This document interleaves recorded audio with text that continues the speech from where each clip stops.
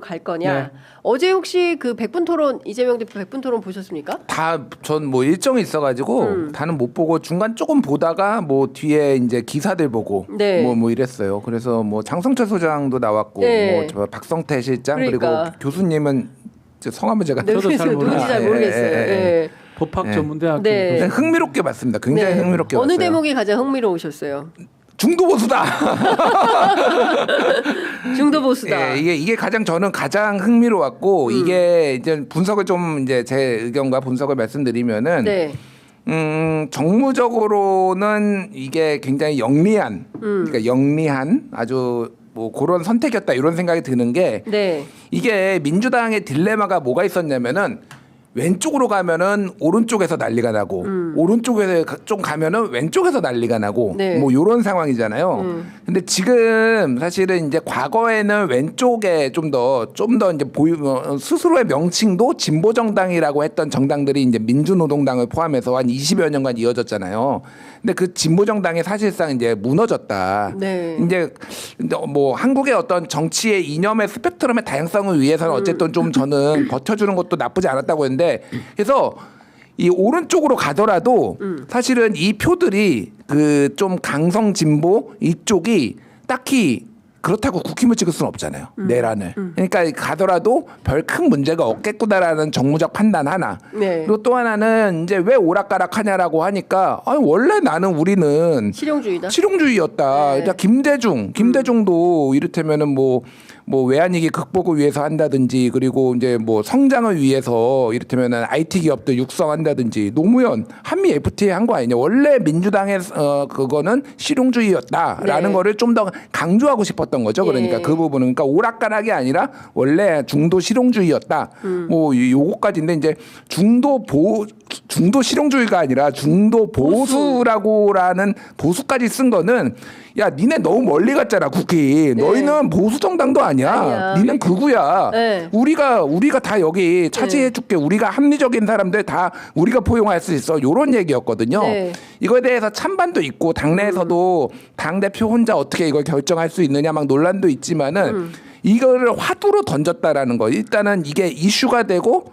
사람들 입에 오르내리겠다라는 그렇죠. 거는 매우 아주 똑똑한 전략이다. 똑똑한 전략이다. 그런 생각이 들어요. 박 변호사님 어떻게 나는 똑같이 생각을 하는데 네. 되게 잘했다고 저는 생각을 하거든요. 제가 계속 얘기하지만 지금은 사실상 대선 국면에서 막바지입니다. 그러니까 트럼프가 된 이유 중에 하나가 모든 사람이 트럼프 얘기만 해요. 반 트럼프, 찬 트럼프. 그래서 지금 또 까먹었다. 후보 해리스였나요? 네. 해리스 까먹어 버릴 정도로 트럼프가 될 수밖에 없는 구도였거든요. 마찬가지로 이슈를 선정하는 거예요. 아마 국민의힘은 뜨끔했을 겁니다. 중도 보수로 가야 되거든요. 네. 개혁 보수 뭐 이렇게 얘기하잖아요. 근데 그 위치 자체를 잃어버리는 상황이 되는 거고 실제로 이 중도 보수 얘기함으로써 국민의힘도 사실 상당히 갈 데가 별로 없는 상황이고 네. 옛날에 우리 돌이켜보면 박근혜가 2012년도에 선거할 때를 돌이켜보면 돼요. 어차피 박근혜 지지하는 절반은 있고 그거 조금 더 먹어야 되거든요. 네. 그래가 경제민주화니 난리를 쳐가지고 기초연금 노령연금 그런 노령연금. 것들로 그 몇 프로를 먹어가지고 당시 문재인 후보를 제낍니다. 2012년. 딱 그거 제끼거든요. 그거랑 똑같은 전략이에요. 어차피 이쪽 중도 보수라 하니까 화가 나가지고 진보층이 아씨 윤석열 찍을래 하지는 않거든요. 화가 나가 나는 김문수야 이런 사람 아무도 없어요. 이쪽 사람은 정해져 있단 말이에요. 대부분. 건드릴 필요도 없어요. 여기가 가져올려 여기로 가야 되거든 오른쪽으로. 그런 전략으로 보면 저는 뭐 내용이고 이런 부분보다는 선거가 2달밖에 안 남았는데 네. 많아봤자 2달 반 3달인데 네. 뭐라도 던져야 되고 그래서 계속 이런 걸 할 것 같거든요. 네. 그러니까 상당히 전 잘한 것이다 이 생각이 듭니다. 근데 사실 민주당 안에 이제 중도 우파 또는 중도 보수 이런 얘기는 오래전부터 있었어요. 오래전부터 그리고 있었죠. 제가 오늘 그 몇 명 민주당 국회의원들한테 전화해 보니까 야, 우리가 무슨 진보정당이야. 진보정당은 민주노동당은 지금 사라졌지만 뭐 정의당 뭐 이런 정의당 쪽이지 라는 얘기를 하죠. 근데 다만 그 몇 가지 사회개혁 의제에 있어서 진보적인 이슈, 특히 이제 차별금지법 같은 것들을 좀 받아서 민주당이 추진하려고 하는데 당내에서도 이게 잘 안 됐어요. 그래서 이제 그런 문제들에 대해서 조금 그 이를테면은 뭐 동성애 문제라든가 뭐 이런 거에 대해서 되게 보수적이거든요, 민주당은.